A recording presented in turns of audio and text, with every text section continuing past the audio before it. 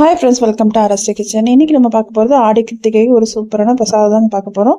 2 விதமான சக்கரை பொங்கலும் ஒரு மெதுவடையும் நம்ம பார்க்க போகிறோம். அதுக்கு என் வீடியோவை நீங்கள் முழுமையாக பார்த்தீங்கன்னா தான் புரியும்.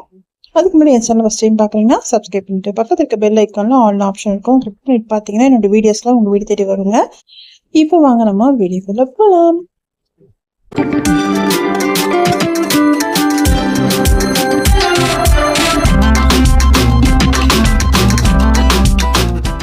ஃபஸ்ட்டு நம்ம சக்கரை பொங்கல் செய்யலாம். இது நம்ம வீட்டில் செய்கிற மாதிரி, அதாவது நம்ம பருப்பு போட்டு செய்வோம் இல்லையா, பாசிப்பருப்பு செய்கிறது. 1 கப் நான் அரிசி எடுத்திருக்கேன். அதில் வந்து 1/2 கப் பாசிப்பருப்பு. இது நல்லா வாஷ் பண்ணி எடுத்துக்கோங்க.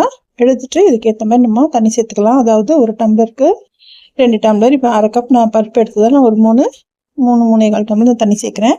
ஏன்னா அது நல்லா குழஞ்சி வரணும். இது குக்கரில் ஒரு பக்கமாக இருக்கட்டும். அதுக்குள்ளே நான் வந்து ஒரு மணி நேரத்துக்கு முன்னாடி நான் உளுந்து ஊற வச்சுட்டேங்க. உளுந்து வடைக்கு அதை நம்ம இப்போ அரைச்சிக்கலாம். அதுக்கு தேவையான உப்பு, ஒரே ஒரு பச்சை மிளகா சேர்த்துக்கிறேங்க. சேர்த்துட்டு நல்லா அரைச்சிக்கலாம். அரைச்சிட்டு ஒரு பவுலில் நான் சேர்த்துக்கிறேன். இப்போ இதை வந்து நான் பண்ணுற மாதிரி இந்த மாதிரி நல்லா அதை கையிலேயே நல்லா பீட் பண்ணுங்கள். இது மாதிரி நம்ம நல்லா பீட் பண்ணிவிட்டு நம்ம வெங்காயம் போட்டு நம்ம பொரிச்சு எடுக்கும் போது நமக்கு அந்த வடை வந்து நல்லா சாஃப்டாக இருக்கும். ரொம்ப நேரம் ஆனாலும் நமக்கு அந்த கிறிஸ்பினஸும் இருக்கும், சாஃப்டாக இருக்குங்க. இதில் வந்து ஒரு 2 டேபிள் ஸ்பூன் அரிசி மாவு சேர்த்துக்கோங்க. அப்படி இல்லை அப்படின்னும் போது நீங்கள் வந்து அரைக்கும் போதே ஒரு கால் கப் வந்து பச்சரிசியை ஊற வச்சுட்டு நீங்கள் சேர்த்து அரைச்சிக்கலாம். நான் வந்து அரிசி மாவு சேர்த்துருக்கேங்க. கடையில் வாங்கின அரிசி மாவு தான் இது. இதுக்கு ஒரு 2 வெங்காயத்தை புடிசாக நல்லா நறுக்கி சேர்த்துக்கோங்க. அதில் கொஞ்சமாக கறி லீவ்ஸும் சேர்த்துக்கிறேன். சேர்த்தது ஒரு பக்கமாக இருக்கட்டும். இப்போ பார்த்தீங்கன்னா பொங்கல் நல்லா வெந்து வந்துருச்சு. நான் இதில் வந்து நாட்டு சக்கரை சேர்க்குறேங்க. நீங்கள் நாட்டு சக்கரை சேர்த்து பாருங்கள், செம்மையாக இருக்கும். வெள்ளத்தோட நாட்டு சக்கரை செம்மையாக இருக்குங்க. வெள்ளம் ஒரு டேஸ்ட்னும் போது நாட்டு சக்கரை அதோட வேறு மாதிரி ஒரு டேஸ்ட்டாக இருக்கும். கண்டிப்பாக நீங்கள் ட்ரை பண்ணுங்கள். நாட்டு சக்கரை ஒன்றும் இல்லைங்க, நீங்கள் கருப்பட்டி கூட செய்யலாம். நமக்கு கலர் சூப்பராக இருக்கும். நல்லா டேஸ்ட்டும் நமக்கு வித்தியாசமாக இருக்கும். இப்போ இது நல்லா கலந்து விட்டாச்சு. இப்போ தான் அடுப்பில் நமக்கு சிம்லேயே இருக்கட்டும்ங்க. நான் அடுப்பை ஆஃப் பண்ணலை, சிம்லேயே இருக்கட்டும். கொஞ்சமாக நம்ம நெய் சேர்த்துக்கலாம். சேர்த்துட்டு நல்லா கலந்து விட்டுக்கோங்க. இதுக்கு ஒரு தாளிப்பு சேர்க்கணும். 2 டீஸ்பூன் நெய்யும் ஒரு டீஸ்பூன் எண்ணெயும் சேர்த்துக்கிறேன். சேர்த்துட்டு முந்திரி திராட்சை நம்ம வறுத்து நம்ம அதில் சேர்த்துக்கலாம். அவ்வளோதாங்க, நமக்கு சூப்பரான சக்கரை பொங்கல், அதாவது வீட்டில் செய்கிற மாதிரி சூப்பரான சக்கரை பொங்கல் நமக்கு ரெடி ஆயிடுச்சுங்க. இப்போ நம்ம வடையும் போட்டு எடுத்துடலாம். இது மாதிரி சின்ன சின்னதாக போட்டு எடுத்துருங்க. அவ்வளோதாங்க, நமக்கு வடையும் நமக்கு ரெடி ஆயிடுச்சு. 2 பக்கம் நல்லா செவந்ததும் எடுத்துட்டிங்கன்னா நமக்கு சூப்பரான மெதுவடையும் நமக்கு சூப்பராக ரெடி ஆகிடுச்சு. நெக்ஸ்ட் நம்ம பார்க்க போகிறது கோயிலில் செய்கிற மாதிரி நம்ம சக்கரை பொங்கல் எப்படி செய்கிறேன்னு பார்க்கலாம். அதுக்கு நான் பச்சரிசியை வந்து தனியாக வந்து வேக வச்சு எடுத்துக்கிறேங்க.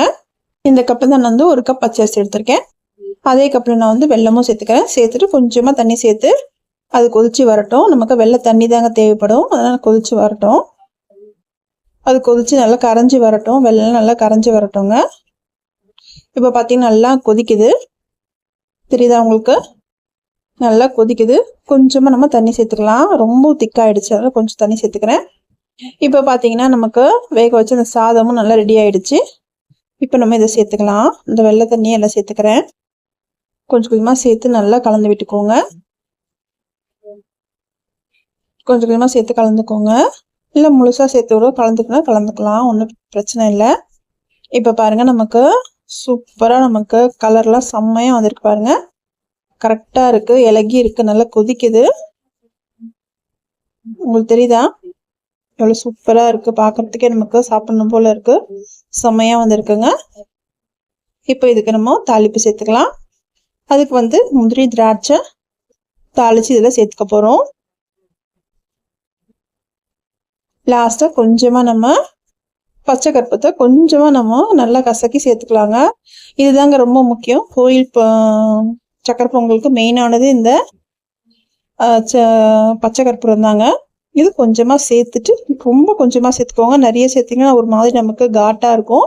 கொஞ்சமாக சேர்த்துட்டு கலந்து விட்டுட்டோம்னா சூப்பரான சக்கரை பொங்கல் நமக்கு ரெடி ஆயிடுச்சுங்க. இந்த ஆடிக்கிறதுக்கு கண்டிப்பாக இது மாதிரி செஞ்சு பாருங்கள், சூப்பராக வரும். அதுக்கு முன்னாடி என் சேனலை சப்ஸ்கிரைப் பண்ணிவிட்டு சப்போர்ட்டும் பண்ணுங்கள். இந்த வீடியோ பிடிச்சிருந்தா லைக்கும் போட்டு பாருங்கள். நீங்கள் போகிற லைக் தான் நெக்ஸ்ட் லெவலுக்கு யூடியூப் எடுத்துகிட்டு போகும். இன்னொரு நல்ல வீடியோவில் பார்க்கலாம். தேங்க்ஸ் ஃபார் வாட்சிங்.